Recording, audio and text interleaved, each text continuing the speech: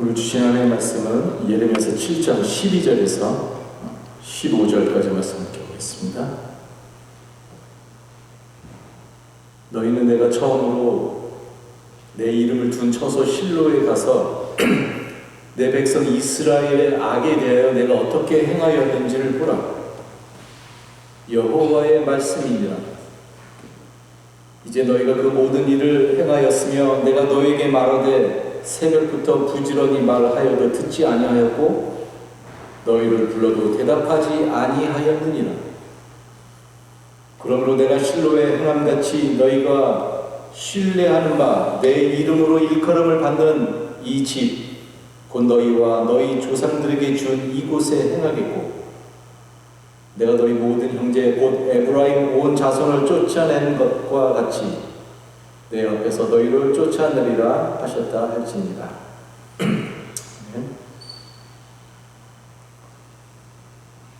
우리가 지난 주일에 언제나 하나님에게로 돌아가는 신앙이라고 하는 주제로 말씀을 나눴습니다. 언제나 하나님에게로 돌아가는 것이 예배의 삶이라고 할 수가 있습니다. 하나님은 언제나 우리가 하나님에게로 돌아오기를 원하십니다. 왜냐하면 우리는 하나님 앞에서만 가장 아름답고 가장 귀하고 가장 소중하고 그리고 가장 가치 있고 가장 빛나는 인생이 되기 때문에 그러합니다. 절대적인 용납의 세계 그리고 절대적인 사랑의 세계 안에서 우리는 우리의 원래의 모습, 참 모습으로 존재할 수 있는 것이죠.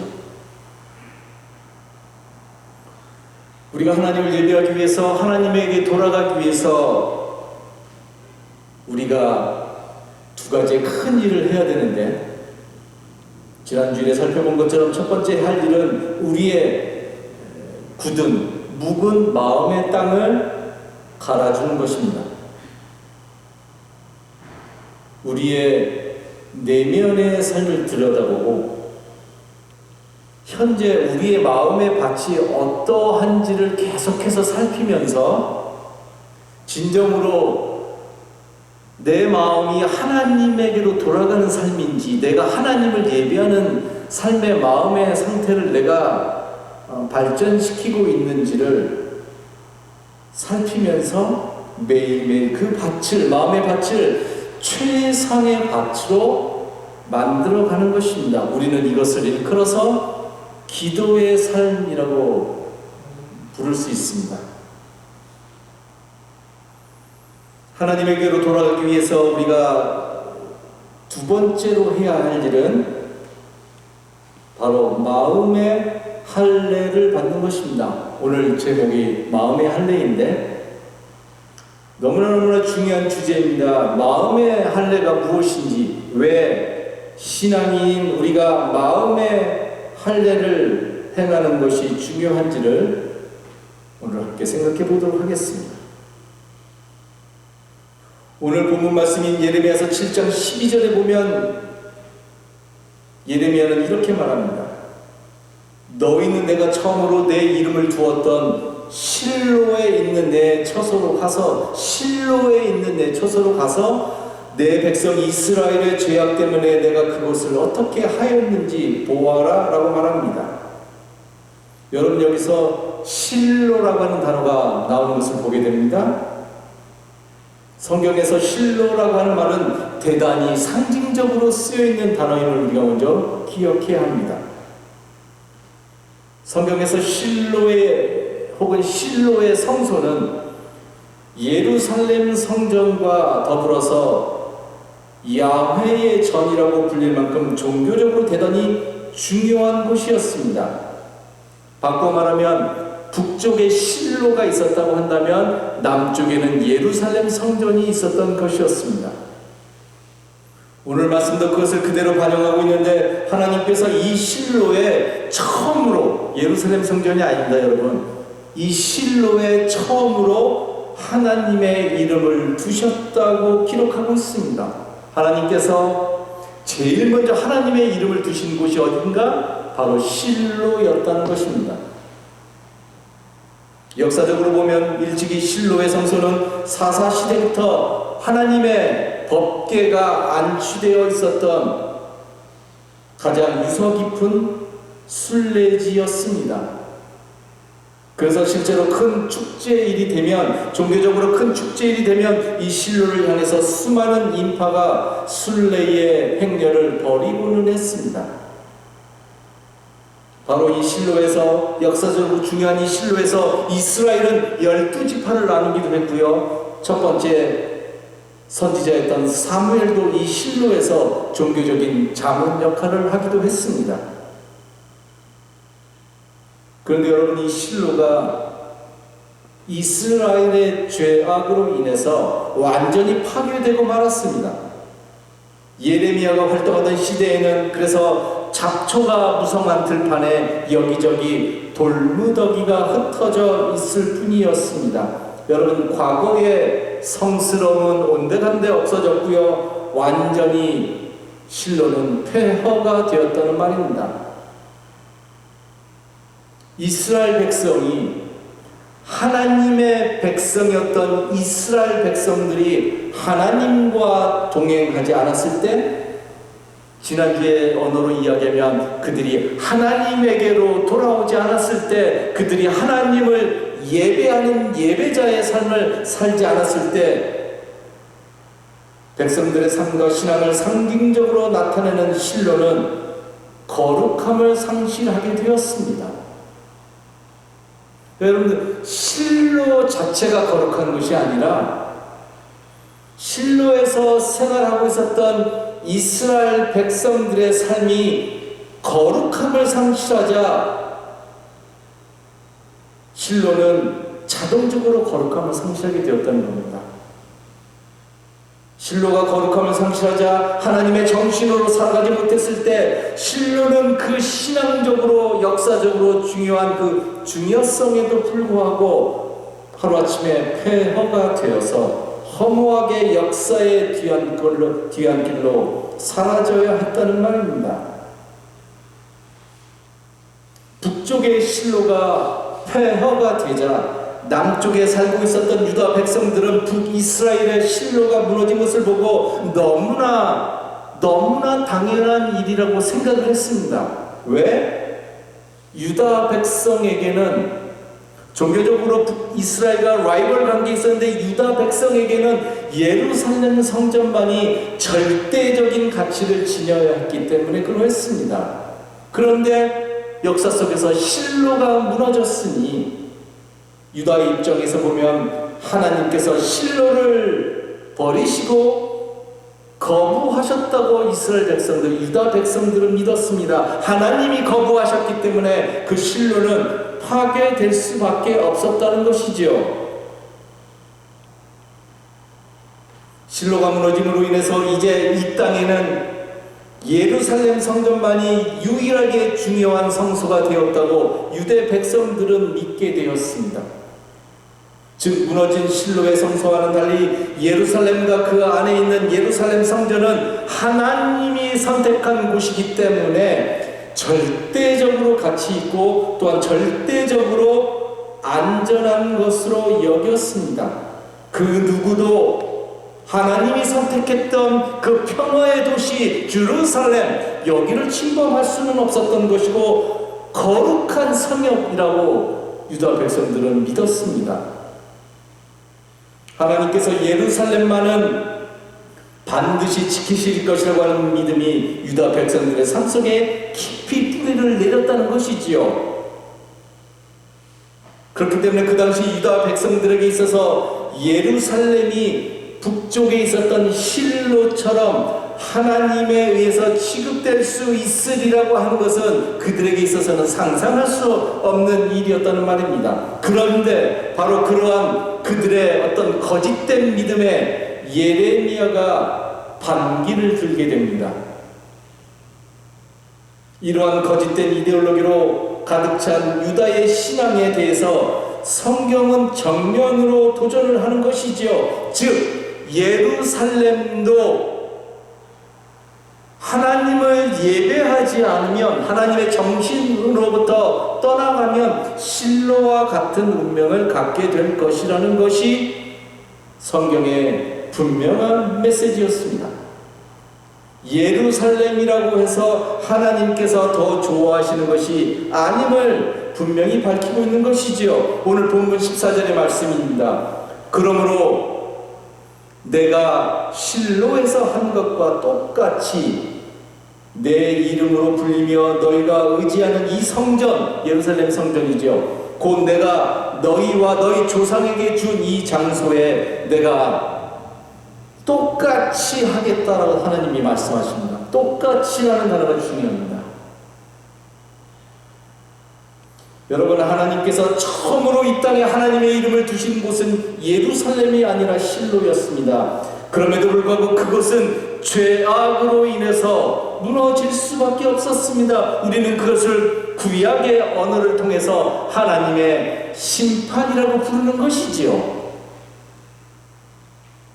예루살렘 성전 이전에 하나님의 첫사랑이었던 실로, 그런데 그들의 죄악으로 말미암아 그들이 하나님을 예배하지 않음으로 말미암아 하나님의 첫사랑이었던 실로는 무너질 수밖에 없었다는 말입니다. 그렇다면 여러분, 실로를 심판하신 하나님 앞에서 예루살렘 성전만큼만은 예외일 수 있겠습니까? 아니죠. 절대로 그럴 수 없습니다. 왜냐하면 하나님께서는 어떠한 차별이나 편견을 가질 수 없기 때문에 그러합니다. 하나님의 뜻과 하나님의 정신으로 살아가지 못하고 하나님 앞에 온전하게 응답하지 못하는 삶은, 하나님이 불렀는데도 대답하지 않았던 그 백성들의 삶은 결국에 그것이 실로이던 아니면 예루살렘 성전이던 간에 언젠가는 무너지게 된다는 것이 성경이 계속해서 우리에게 주는 메시지라는 말입니다. 그렇다면 여러분, 오늘 우리의 삶과 오늘 우리의 기독교도 마찬가지 아니겠습니까? 실로와 예루살렘 성전이 하나님의 길에서 벗어났을 때 그것이 무너졌다면, 하나님의 첫사랑이었던 실로와 남쪽의 예루살렘 성전이 무너졌다면, 오늘 우리의 기독교가 하나님의 정신으로 살아가지 못하면 결국 그 길이 어떻게 될 것인지는 여러분, 보지 않아도 너무나 뻔한 일 아닙니까? 만약 우리 기독교가 하나님의 정신에서 벗어날 때, 하나님의 마음을 품지 않고 어떤 샤머니즘적인, 어떤 인간적인 복만을 추구하는 종교로 이렇게 해서 계속해서 나아갈 때 결국에 우리는 실로와 예루살렘의 길을 갈 수밖에 없겠지요. 왜? 하나님은 편견이 없으시기 때문에 그러합니다. 우리이기 때문에 하나님께서 좀 더 봐주시고 좀 더 예쁘게 봐주시고 하는 것이 아니지요. 그런데 우리는 종종 너무나 자주 유다 백성처럼 생각할 때가 너무나 많다는 사실입니다. 다른 것은 다 무너져도 예루살렘 성전만은 무너지지 않을 것이다 라고 생각했던 것이 유다 백성들의 모습이었습니다. 다른 것은 다 무너져도 우리만은 그렇기 때문에 안전할 것이다 라고 하는 거짓 신앙이 우리들의 삶과 우리들의 생각을 계속적으로 물들이고 있다는 말입니다. 예전에 유다 백성들은 성전에 모여서 이것이 주의 성전이다 라고 외치기만 하면 모든 것이 오케이였습니다.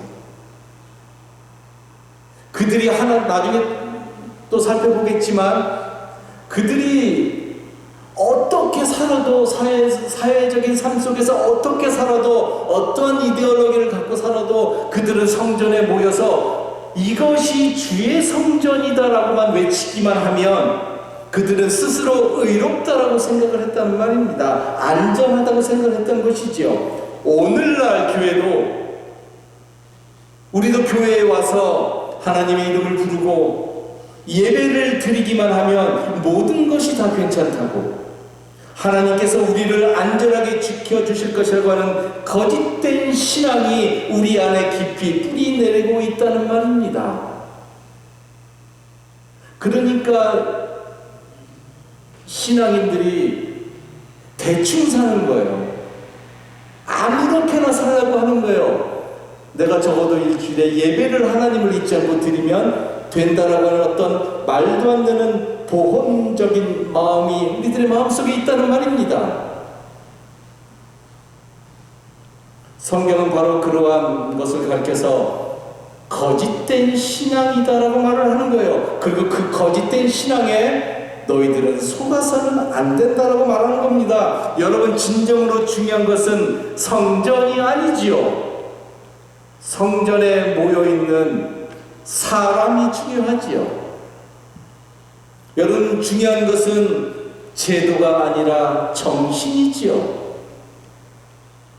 진정으로 중요한 것은 건물이 아니라 커뮤니티, 공동체가 중요하다는 말입니다. 진정으로 중요한 것은 지난 주일에 말씀을 하면 어떤 예배의 형식이 아니라 예배를 통한 삶의 변화가 중요하겠죠. 예배를 통해서 우리의 삶이 하나님에 대한 감각을 회복해 가고 있느냐가 중요하지, 예배를 드리는 것 자체가 중요한 것은 아니지요. 어차피 다른 생각으로 예배를 얼마든지 드릴 수 있다면 말이지요. 여러분, 우리가 성전에 모여 있다고 해서 이스라엘 백성처럼 지금으로 말하면 교회를 다닌다고 해서 모든 것이 다 괜찮은 게 아니라는 말입니다. 교회를 다니는 것이 혹은 이 땅에서 크리스찬으로 살아가는 것이 무슨 어떤 프리 패스, 어디를 가도 다 통과될 수 있는 어떤 프리 패스를 사는 게 아니라는 말입니다. 이것은 겉만을 중요시 여기는 신앙이 가져다주는 거짓된 허상이고, 우리는 너무나 거기에 익숙해져 있다는 말입니다. 여러분, 그렇기 때문에 진정으로 중요한 것은 겉이 아니라 이제부터는 우리의 내면입니다. 안입니다. 안. 겉으로는 얼마든지 가릴 수 있어요. 겉으로는 얼마든지 치장할 수 있어요. 그러나 진짜 중요한 건 여러분들의 안이라는 말입니다.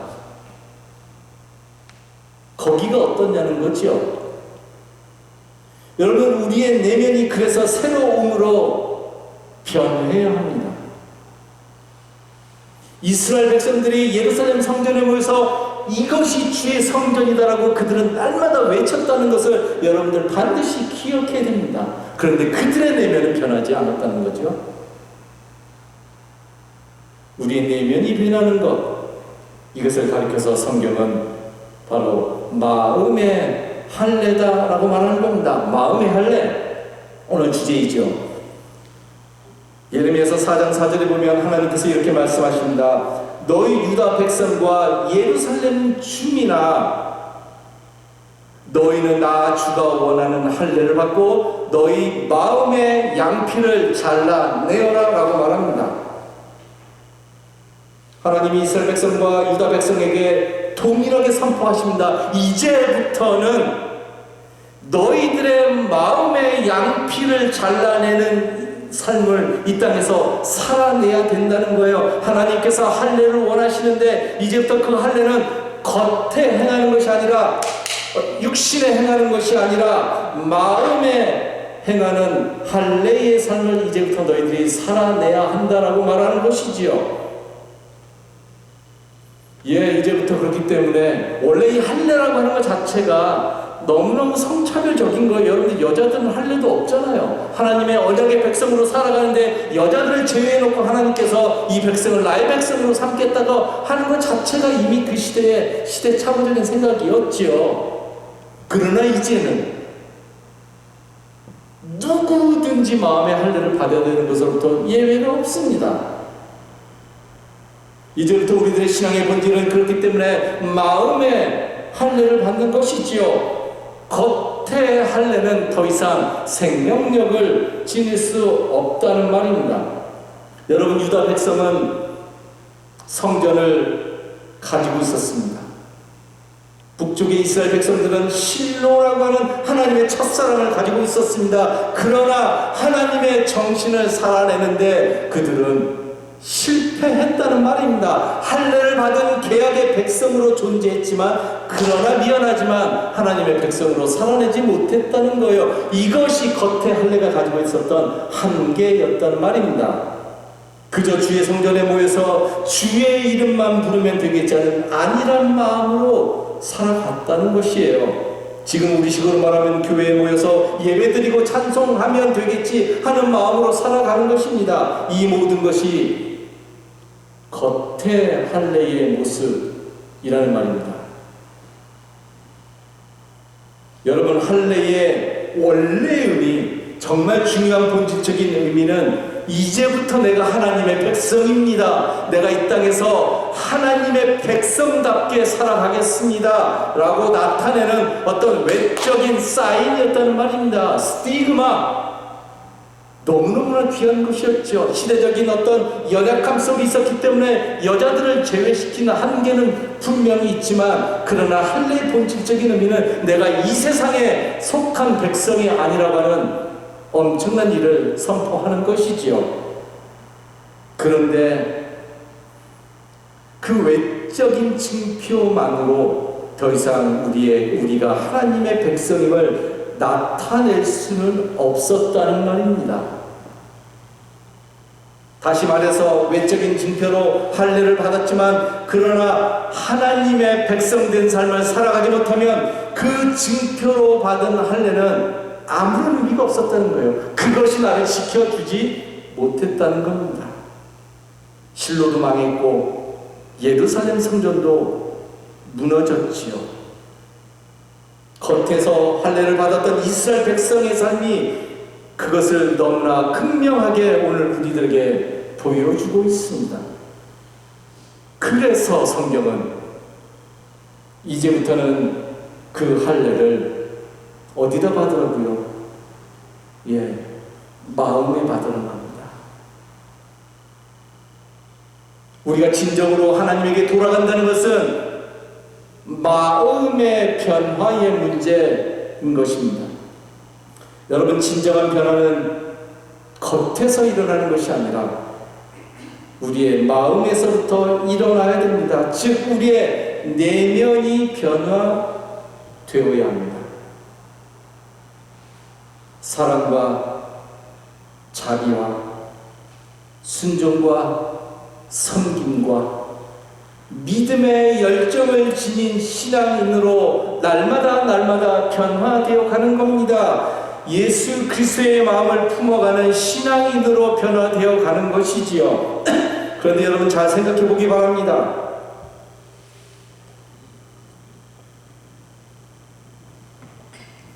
외적인 할례, 우리의 육신에 받는 할례와는 달리 이제부터 우리가 받아야 되는 할례가 마음의 할례라고 한다면 여러분, 내면의 할례가 우리의 심장의 흔적, 어떤 스티그마를 남기려고 하려고 한다면 여러분 우리가 얼마나 애쓰고 살아야 될까요?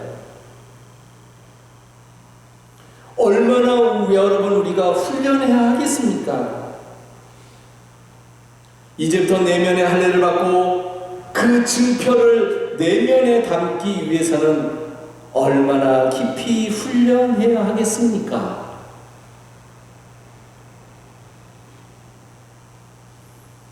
여러분, 겉에 치중한 삶은 진정한 변화를 가져올 수가 없어요. 일주일에 한두 번 교회 오는 것으로, 아니면 그냥 입에서 상투적으로 은혜 받았다고 하는 말로, 아니면 아멘이 나오는 것으로, 아멘 한 3번 외친다는 것으로 여러분 우리 신앙이 온전해지지 않습니다. 그렇게 간단한 문제라고 했으면 이 세상에서 빛과 소금을 잃어버리면서 살 수 있는 사람이 어디 있겠어요? 아멘 3번에서 해결될 문제라고 한다면 말이죠. 그렇게 간단한 게 아니에요. 그래서 날마다 기도하고 하나님의 말씀을 진정으로 곱씹고 진정으로 몰입해서 묵상하는 삶을 통해서 나의 속사람, 하나님이 창조하셨던 나의 속사람이 날마다 새로움을 경험하고, 그래서 세상 살아갈 때에 하나님의 일들에 대해서 감각을 회복해 가는 것이 참으로 중요하다는 말입니다. 이것이 바로 마음의 할례가 의미하는 바입니다. 그렇기 때문에 외적인 할례와는 달리, 외적인 할례는 그냥 한 번 받으면 끝나는 거였죠. 외적인 할례와는 달리 내적인 마음의 할례는 일회성의 문제가 아니라, 어디를 한번 가서 되는 문제가 아니라, 한 번만 받는 것이 아니라 우리의 전 삶을 통해서, 나의 신앙의 모든 여정을 통해서 행해져야 할 일이라는 말입니다. 머리 대신 그리스도에게까지 우리가 자라나는 것, 그래야 우리가 보이지 않는 마음의 흔적을 새길 수 있게 된단 말입니다. 보이지 않는 마음의 흔적. 그렇다면 지금 오늘 내 마음의 할례가 얼마나 잘 행해지고 있는지를 어떻게 알 수 있을까요? 지금 여러분들의 마음에 새겨지고 있는 그 할례의 흔적들은 얼마나 선명하십니까? 여러분의 전 삶을 통해서 이 길을 걸어오고 있는데, 예수 그리스도에게 붙잡혀서 걸어가고 있는 이 길을 통해서 여러분들이 마음에 새겨지고 있는 그 할례의 흔적들은 얼마나 선명하십니까?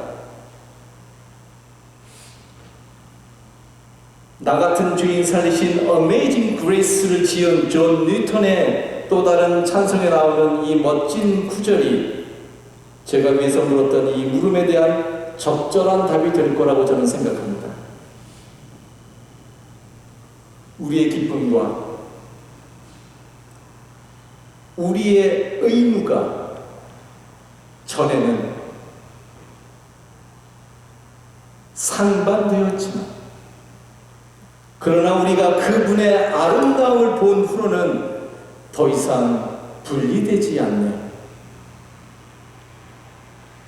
여러분, 내가 해야 될 일이 있고요, 그리고 내가 하고 싶은 일이 있는데, 그것이 예수님을 참으로 경험하기 전에는, 즉 마음의 할례를 받기 전에는 서로 다른 거였다는 겁니다. 다른 정도가 아니라 완전히 상반되는 거였다는 것이지요. 그러나 예수님을 경험하게 되죠. 마음의 할례를 받고 있는 지금은, 그러나 그것이 하나가 되었다는 말입니다. 하나님을 깊이 경험하게 되면 그 세계가 무엇인지를 알기 때문에 내가 반드시 해야 되는 일과 내가 가장 원하는 일이 여러분 다른 게 아니라는 겁니다. 하나님을 깊이 경험하게 되면 그게 분리되지 않는다는 것이지요. 이것이 바로 마음의 할례가 갖는 참 의미요 신비의 차원인 것입니다.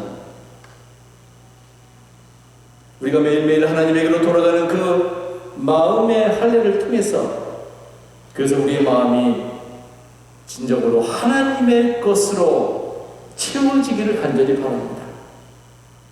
그래서 우리의 삶을 통해서 조금 후에 우리가 헌신의 찬양으로 드릴 찬양처럼 나 주님의 기쁨 되기 원한다. 즉 내가 원하는 것 한 가지가 있는데 그것이 바로 뭐냐면 주님이 진정으로 기뻐하는 주님의 진정한 기쁨이 되는 삶이라고.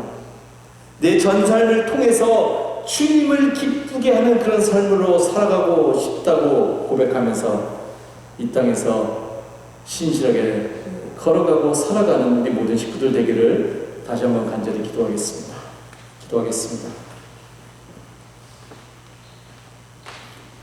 하나님 은혜를 감사합니다.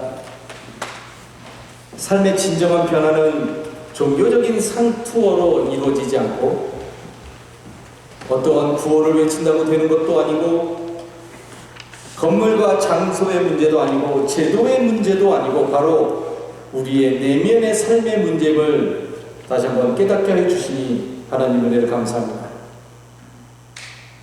하나님 이제부터 우리의 삶이 겉에서 맴도는 것이 아니라 겉에 치중한 삶이 아니라 온전하게 하나님의 정신과 뜻을 발견하고 그것을 삶에서 살아내는 데까지 나아갈 수 있도록 인도하여 주시옵소서. 육신에 받았던 할례를 넘어서 하나님이 원하시는 진정한 마음의 할례를 날마다 받음으로 성령의 인도하심을 따라서 하나님의 세계를 온전하게 경험하는 참 생명의 정신으로 살아가도록 인도하여 주시옵소서. 감사드리오며 예수님의 이름으로 기도드렸사옵나이다. 아멘.